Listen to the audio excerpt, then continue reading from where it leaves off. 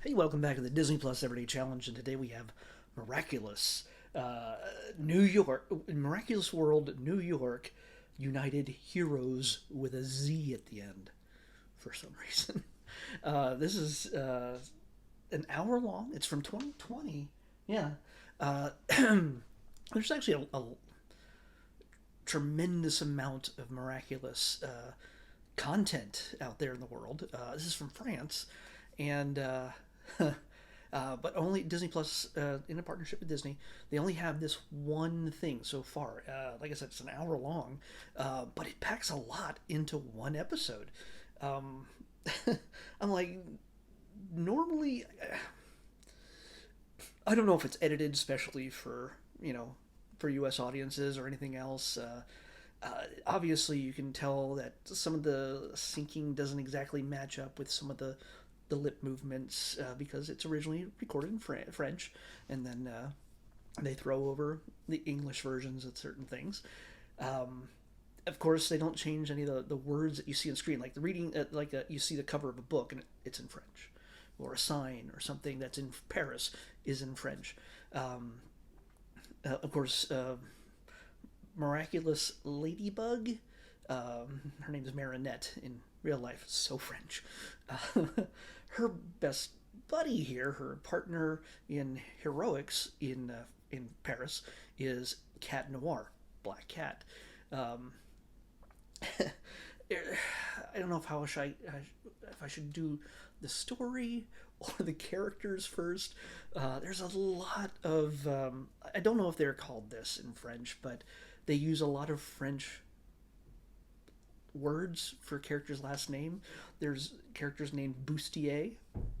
There's characters with one snobby girl. There's always a snobby girl in high school, the blonde, who's just rich and she's above it all.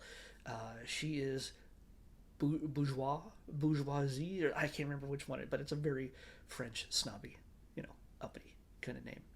Um, so yeah, there's a lot of little bits of humor in there that I'm guessing it's just for Americans. I have no idea. It's very I don't know enough about the original translation to make it to know enough. But what makes this episode interesting, this movie interesting, is again it takes place in America, and there's other ones that take place in different parts of the world, like London, and there might be I don't know exactly where. But there's a number of them. But this one, apparently, we live in a world where there's a lot of superheroes, and everybody, not everybody, but a lot of characters as we're going through this, um, some unsuspecting characters seem to also be superheroes for no reason whatsoever except for comedy purposes. Um, like there's a school teacher at one point when the kids are in danger, he tries to slip off to the bathroom to change, and by the time he comes back, the battle's already won, and he's just like, oh, okay, I guess I'll just go back to, you know, change back to my normal self. So yeah, it's goofy, it's silly. It has a lot of humor, a lot of heart. Uh, in this again, because it's moving to America just for this one episode, um, it introduces a lot of kids to American superheroes. Actually, versions of super American superheroes we already know very well. There is a um, a Superman type character, which is really Superwoman. Got the colors and everything else. There's also a Night Owl with Sparrow. Night with a Knight, Night Owl, not Night Owl from Watchmen, but and then Sparrow instead of Robin. Night Owl very much is like a brown colored Batman with the same ethos and the same hard hitting, way of doing things. Uh, there's just so many. There's a the Superwoman character has a daughter who's a robot, who is very instrumental in this movie. She's super important. Um, so yeah, I don't want to spoil too much of it. There's a lot of little surprises here and there as to who's what, and I was a little bit confused at one point because there's it almost seemed like it was kind of cliche, like and almost offensive. Like they were like, oh, one of the American superheroes just happens to be Native American girl, some Native American girl with braided, pigtails, and she's got this whole cliche native. Thank God they didn't put like a headdress on her or anything else. Ugh. But the weird thing that I didn't understand at this, when she would transform into her superhero version, she was a boy with a boy voice. So, without spoiling a whole lot else, there's some surprising relationships in this, and some surprising uh, gender bending, let's say, and because there's everything's so tightly wound, so tight, so quickly. There's a lot of fast exposition in this. Let's just say that, because there's a lot of it. They're like, hey, by the way, here's the reason for this, here's the reason for that, when something is suddenly revealed about certain characters, and you're just like, oh, okay, that's surprising. Um, so, nothing more surprising than the old trope that runs throughout this entire movie is the fact that we have two heroes right here who are friends. He has a crush on Ladybug, and they he's always flirting with her, and she's rebuffing his advances. Um, at the same time, when they're in their normal selves, he's Adrian. She's why can't I say that? Marinette. Yeah, Marinette. I already forgot. Marinette and Adrian. Well, suddenly she can't get enough of Adrian. She has super huge crush on him, and it's the kind of thing, it's like Lois and Clark. Like, somehow, how does Lois not know that Clark is Superman? She spends all of her time with him, and how does just a pair of glasses make a difference? Like, Marinette makes a big deal about how she knows every single little detail. The look of Adrian's eyes, and mesmerizing green eyes, and his scent. Adrian number 4. By the way, he's a billionaire, rich kid, son of super billionaire bad guy. But everybody doesn't seem to know that either. So, yeah, I'm not going to ruin too much more for you. But there's a lot of back and forth between these two. She's got it all together when she's Ladybug, but when she's Marinette, she's always uncomfortable, clumsy. She's falling all over herself. She's bumping into him, accidentally touching him, and freaking out. And it's funny. It's maybe it's Jerry Lewis inspired. I have no idea. Uh, but yeah, it's I found it. I liked it a whole lot. I'm so surprised. Yeah, it's the character design. Obviously, since it's some borrowed elements, but the character design, uh, the hero moments. There's a humongous hero moment with the Superwoman character, which I can't remember her character name, but she does. There's an incredible scene toward the end when she has to face down a missile. Let's just say that she has to face down a missile, and you've seen Superman take on all sorts of things, but I don't think it's ever been done like this.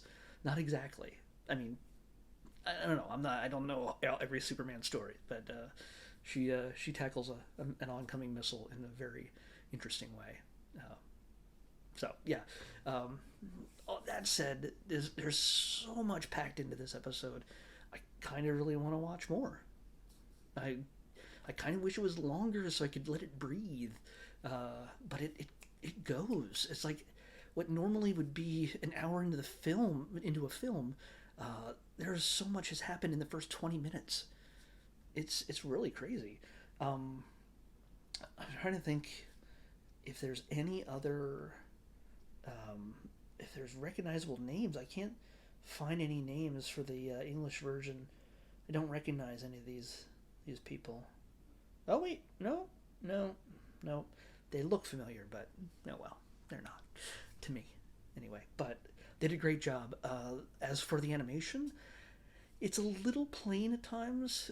It's interesting, how we always have American based animation in Pixar and Disney and everything else, showing us what other countries look like. Japan, like in Cars 2 and things like that. They do overblown takes on different worlds. It's interesting to see a group of animators and designers based in Paris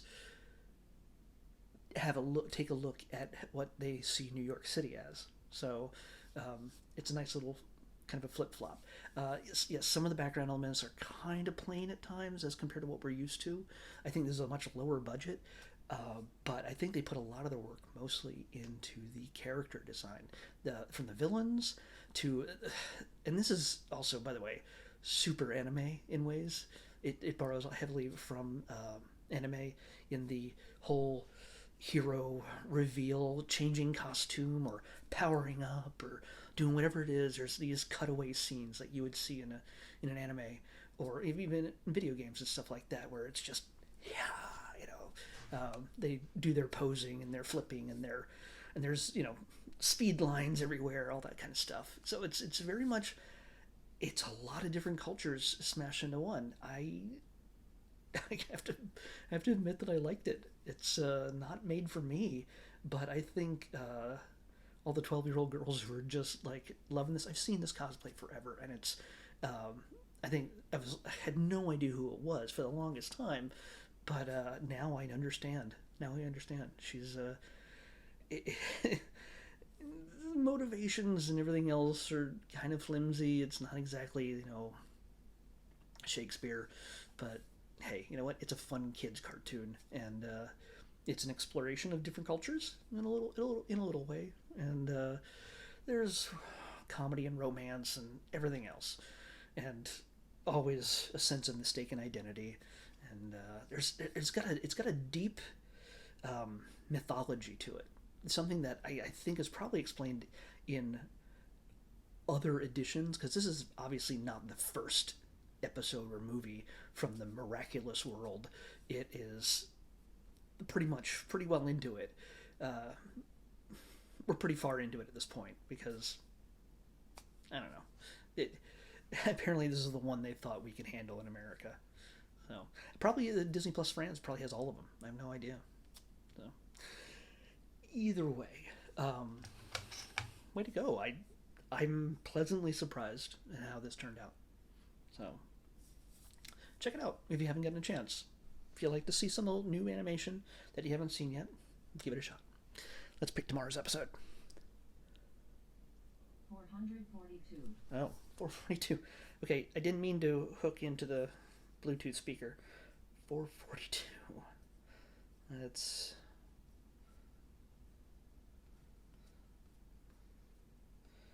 You were supposed to disconnect. Oh, holy crap. This is highly unlikely, but we're going back to Paris. Holy crap. Back to back French stories. Because we're going to hang out with Ratatouille. Yes, the Pixar classic, Ratatouille. They had a skit from on Saturday Night Live, like 5 minutes till the end of the episode, one of their, dumpster skits. But yeah, they had a Ratatouille sketch on Saturday Night Live last week. I'll have to check that out. But anyway, yeah, Ratatouille on the Disney Plus Everyday Challenge. I'll see you back here tomorrow.